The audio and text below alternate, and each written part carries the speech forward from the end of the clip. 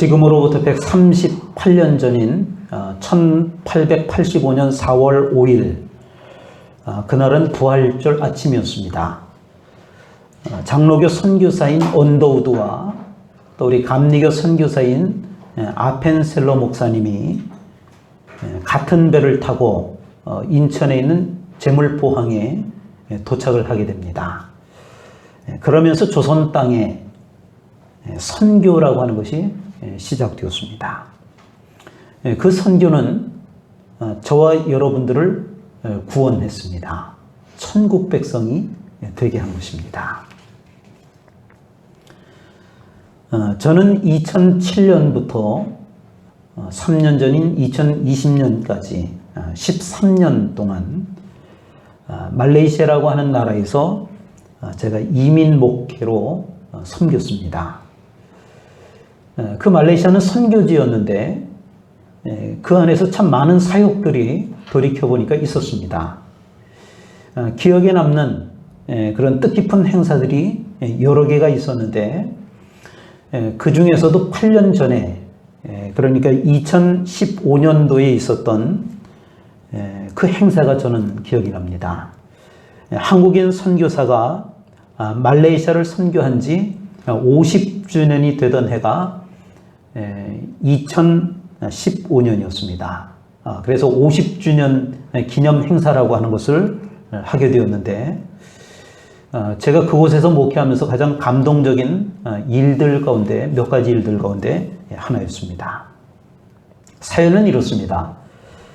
한국 감리교회에서는 한국 선교한 지 80주년이 되었을 때 그러니까 1885년도에 선교가 시작이 되고 그리고 80년이 지나면은 1965년도가 됩니다.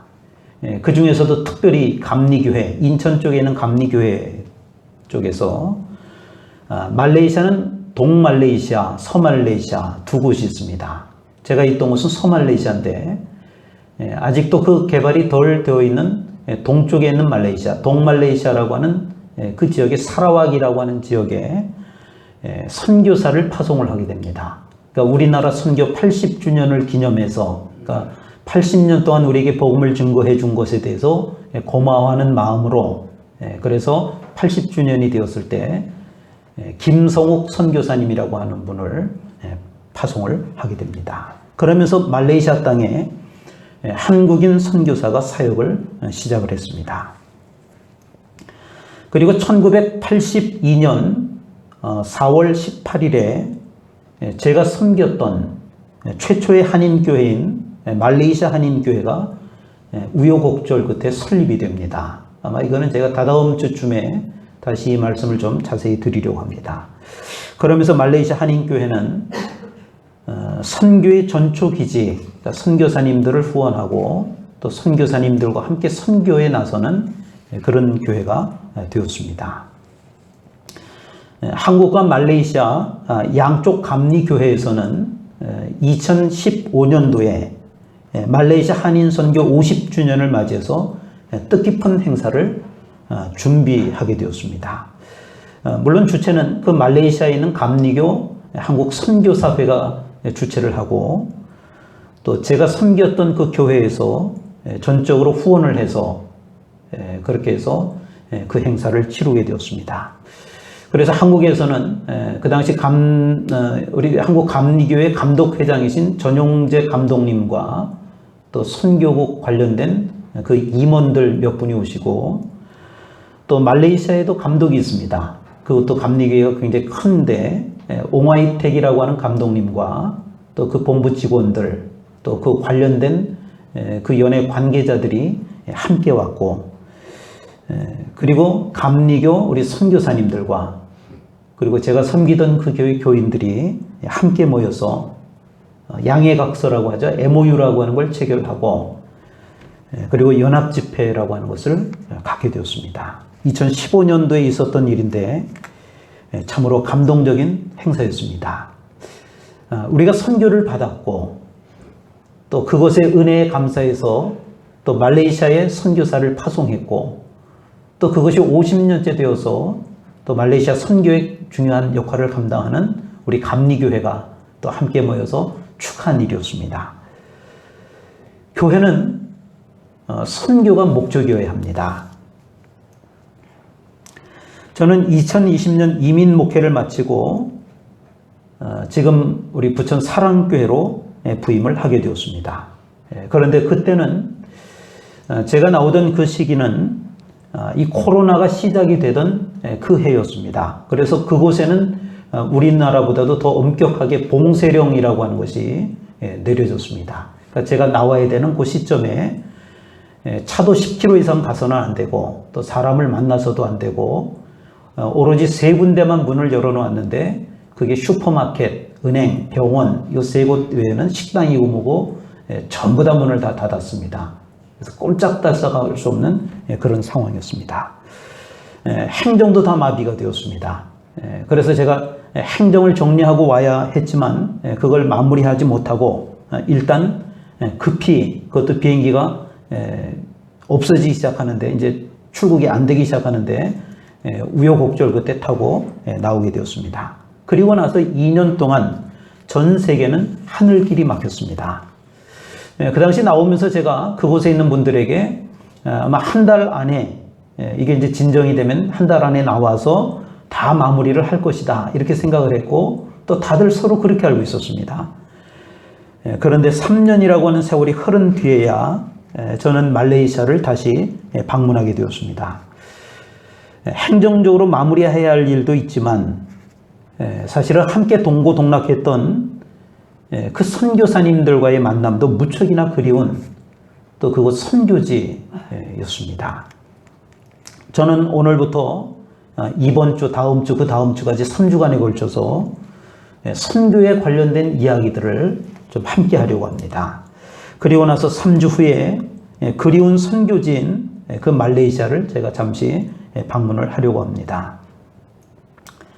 교회가 존재하는 목적은 선교입니다. 선교하지 않는다라고 하면 교회는 존재할 이유가 없습니다. 사실은요, 우리가 교회를 다니지 않아도 구원의 확신이 있으면 천국에 가는 겁니다. 굳이 교회라고 하는 이름으로 함께 모일 필요가 없다라고 하는 뜻입니다. 그런데 모여있는 이유는 다른 것이 아닙니다. 전도 또는 선교하기 위해서 우리가 모여있는 것입니다. 또 이 시간 우리가 예배를 드리는 이유는 궁극적으로는 선교가 목적입니다. 또 교회 안에는 많은 친교가 이루어집니다. 서로 교제하고 속회를 하고 또 모임을 갖고 또 성경 공부를 하기도 하고 함께 기도를 하기도 합니다. 그 또한 선교를 하기 위한 그 목적 때문에 우리가 모이게 되는 것입니다. 다른 목적이 있게 되면은 분란이 일어나고 싸움이 일어날 수밖에 없습니다. 그래서 우리 감리교회에서는 남선교회 또는 여선교회라고 하는 그런 명칭을 쓰기도 하는 것입니다. 또 교회는 우리나라도 마찬가지였습니다만은 선교로부터 시작이 되었다라고 그렇게 말할 수 있습니다. 그 시작은 사도행전부터입니다.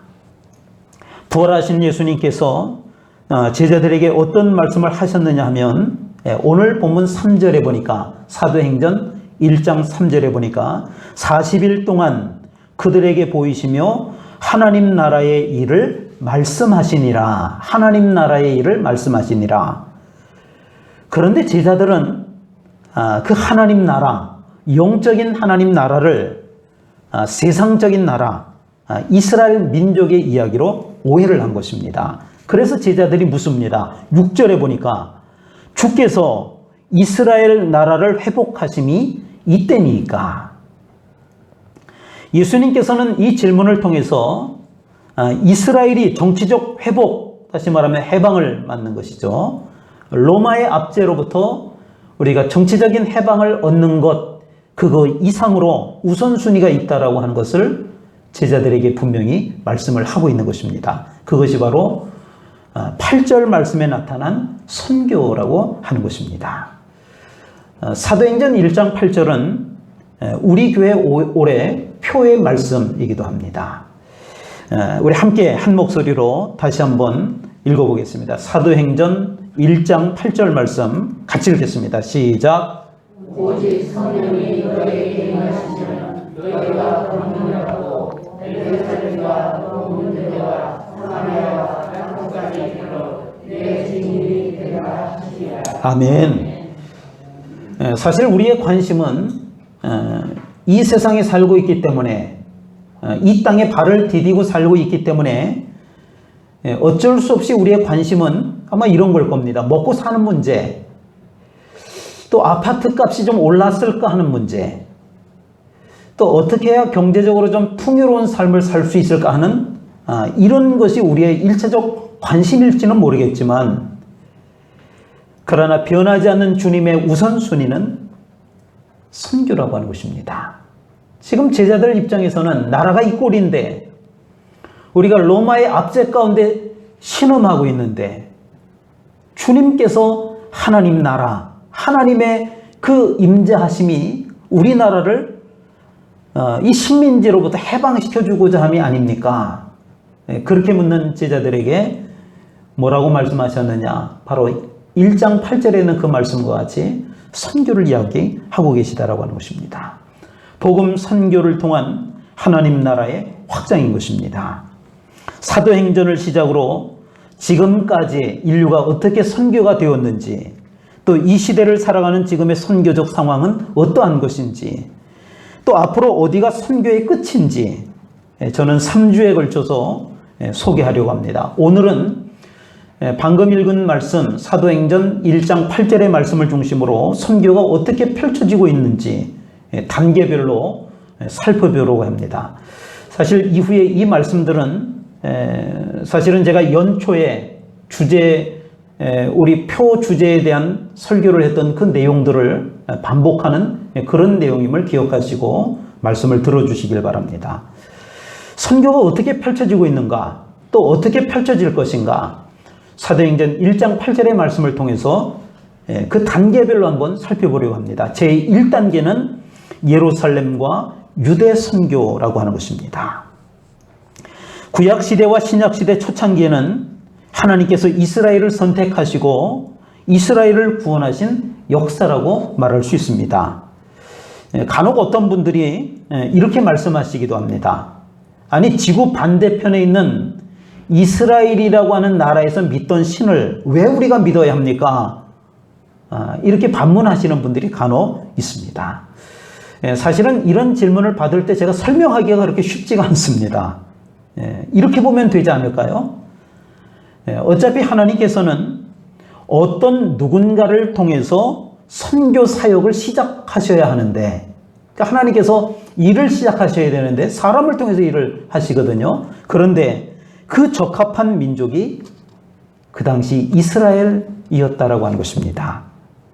이스라엘을 편애한 것이 아닙니다. 왜냐하면 그들을 선택하시고 혜택만 준 것이 아니잖아요. 그들을 향한 하나님의 기대가 있었습니다. 어떤 부분에서는 그 기대에 부응하기도 했지만 때로는 잘못으로 인해서 징계를 받는 모습도 우리가 봤습니다. 구약에서는 여러 차례 나라가 망하기도 했고, 또 신약시대 이후에는 2000년 동안 나라 없이 방황하기도 했습니다. 가깝게는 역사적으로 볼 때 2차 세계대전 당시 100년도 되지 않았습니다. 600만 명의 사람들이 학살을 당하기도 했습니다.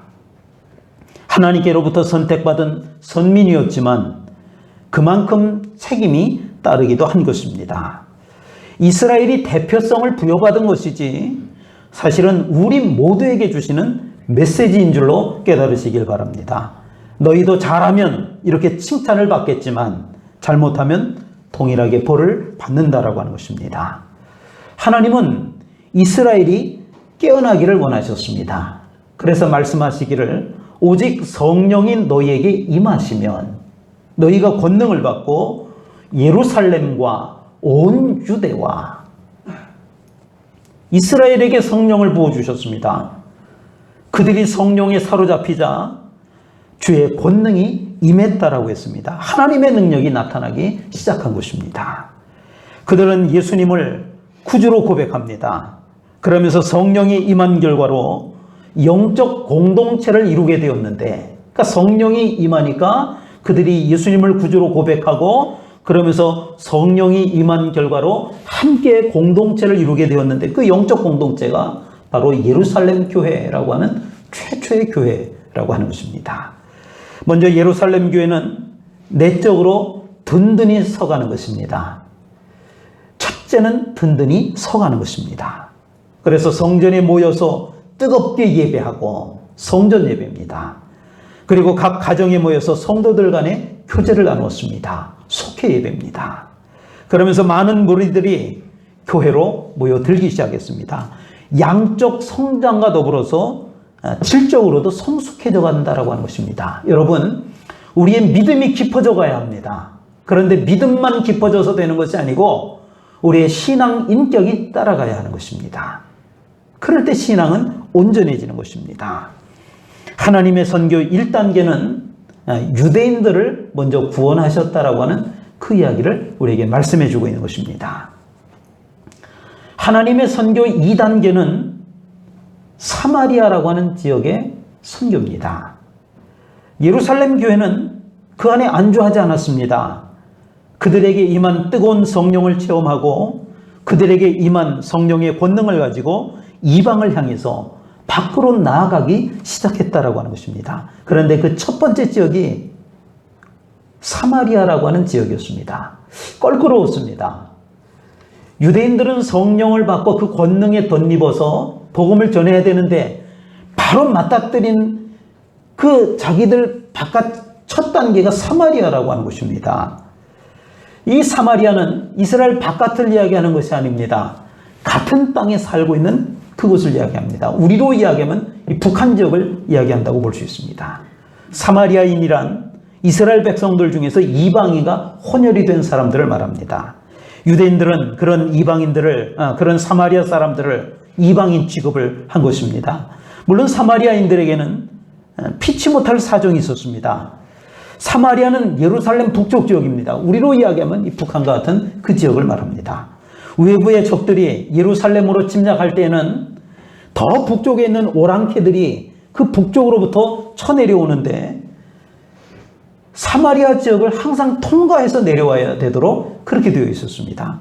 그래서 항상 점령을 당한 지역이 사마리아 지역이었고 그 결과로 원치 않는 혼혈이 생길 수밖에 없었습니다. 또 나중에는 이스라엘이 두 나라로 갈라집니다. 우리나라처럼. 그래서 남쪽 왕국을 유다라고 했고 그 북쪽 왕국을 이스라엘이라고 했습니다. 그런데 그 이스라엘이 아수르에 의해서 완전히 멸망을 당하고 말았습니다. 그런데 아수르의 민족 말살 정책으로 그 사마리아 지역에 있는 그 모든 사람들이 혼혈이 되고 말았습니다. 유대인들에게 혼혈이 된 그 사마리아 사람들이 곱게 보일 리 없습니다. 그래서 유대인들은 사마리아 사람들을 이방인보다 못하게 취급을 했습니다. 그런 역사적 배경으로 인해서 유대인과 사마리아 사람들은 서로 간의 원수가 되고 만 것입니다. 그래서 유대인들이 사마리아인들을 미워한 것입니다. 그런데 성령이 임하니까, 그래서 권능을 받게 되니까 가장 먼저 복음을 전해야 될 곳이 그 가까이에 있는 사마리아 지역이었다라고 하는 것입니다. 그들 가운데 미움의 마음이 있는데 지금 당장 복음을 접해야 될 사람들은 사마리아 사람들이었다라고 하는 것입니다. 그래서 초대교회 그 유대인 기독교인들은 아직까지도 예루살렘에 머물면서 뛰쳐나가서 복음을 전해야 되는 것은 알면서도 그 사마리아 지역에 가지 못하고 머뭇머뭇거리는 그런 상황이었습니다. 그러자 하나님께서 또 예루살렘 교회를 치셨습니다. 그곳 가운데 박해가 일어나게 하신 것입니다. 그 전까지만 해도 그 며칠간은 그냥 안주하고 있었는데 그 안에 박해가 일어나니까 할 수 없이 쫓겨나와서 복음을 전할 수밖에 없는 그런 상황이 되었다라고 하는 것입니다. 그래서 사도행전 8장에 흩어진 사람들 가운데 사마리아 지역에 전도하는 사람들이 나오게 되었다라고 하는 것입니다. 물론 강제적으로 그들이 어쩔 수 없이 흩어지면서 사마리아 지역에 들어갔지만 하나님께서는 그렇게 역사한 것입니다. 성도 여러분, 유대인인 내가 먼저 예수를 영접했다라고 하면 그 다음은 사마리아 사람이라고 하는 것을 기억하시길 바랍니다. 무슨 말이냐? 가까이 있는 사람은 불편한 사람일 수 있다라고 하는 것입니다. 그러나 하나님은 그 불편한 사람, 껄끄러운 사람, 복음을 전하기에 좀 편치 않는 사람, 그 사람부터 전도하기를 원하신다라고 하는 것을 깨달을 수 있기를 바랍니다. 하나님의 선교 2단계는 사마리아인, 가까이에 있는 불편한 사람을 구원하기 원하신다라고 하는 것을 기억하시길 바랍니다. 하나님의 선교 3단계는 땅끝까지입니다. 안디옥에서 로마까지라고 말할 수 있습니다. 복음이 사마리아를 넘어서 안디옥까지 전해졌습니다. 예루살렘 교회가 최초의 교회였다라고 하면 안디옥 교회는 이방 지역에 세워진 최초의 교회라고 할 수 있습니다. 예루살렘 박해로 인해서 그리스도인들이 이방 지역으로 흩어지게 되었습니다. 그래서 자연스럽게 이방 지역에 가서 교회를 세우게 되었는데 그 첫 교회가 바로 안디옥 교회라고 하는 그 교회였다라고 하는 것입니다. 그리고 안디옥 교회는 최초로 선교사를 파송하는 교회가 됩니다. 그 유명한 바울과 바나바라고 하는 두 분입니다. 그러면서 세계 선교에 있어서 중심이 되는 교회로 우뚝 세워진 교회, 그 교회가 바로 안디옥 교회라고 하는 교회입니다. 사도 바울은 안디옥 교회를 거점으로 우리가 잘 아는 3차에 걸친 전도여행을 하게 됩니다. 그리고 그 3차 전도여행을 다 마친 후에 체포가 되어서 감옥 생활을 하게 됩니다. 그리고 재판을 받기 위해서 로마로 압송을 받습니다. 사도행전 28장에서 로마에 도착했다라고 하는 표현이 나오는데 그 앞에 이런 단어가 나옵니다. 드디어. 사도행전 28장에 보면 드디어 로마에 도착을 했다라고 하는 것입니다. 죄수로 재판을 받기 위해서 붙들려오면서 왜 드디어라고 이렇게 표현을 했을까요? 그것은 바울의 기도 응답 때문이었습니다. 바울의 선교 목적지는 로마였습니다. 바울이 생각한 땅끝은 서바나라고 하는 지역이었는데 지금의 스페인이라고 하는 나라를 이야기합니다. 그 중동 지역에는 지중해라고 하는 바다가 있습니다. 지중해, 땅 가운데 있는 바다 이런 뜻입니다. 지중해의 동쪽 끝은 예루살렘이 있고 그리고 서쪽으로 끝을 나가게 되면 큰 대서양 바다를 만나는 그 끄트머리에 가면은 서바나라고 하는 곳이 있는데 바로 그것이 스페인이라고 하는 것입니다. 또 그 지중해 중간에는 이탈리아 반도가 있고 그곳에 로마라고 하는 로마 제국이 있었던 것입니다. 바울은 스페인으로 바로 가는 것이 다소 무리라고 생각했던 것 같습니다. 그래서 그 중간에 있는 세계의 중심지인 로마를 거점으로 해서 땅끝에 해당하는 서바나에 복음을 전하기를 원했던 것입니다. 너무 멀어서 로마로 가고 싶다고 쉽게 갈 수 있는 것도 아닙니다. 서바나 아니고 로마까지도 가는 것이 쉽지 않았습니다.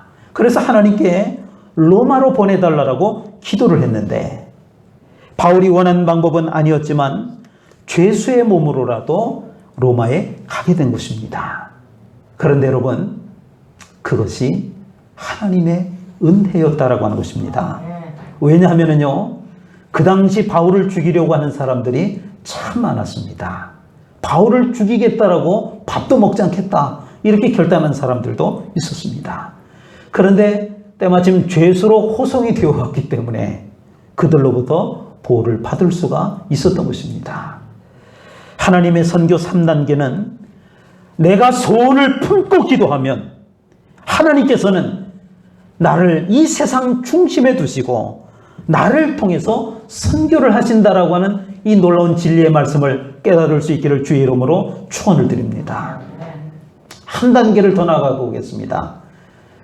우리가 읽은 로마서 1장 8절에는 땅끝까지 나와 있습니다만은 하나님의 선교 4단계는 바로 그 로마를 거점으로 해서 온 세상이라고 하는 것입니다.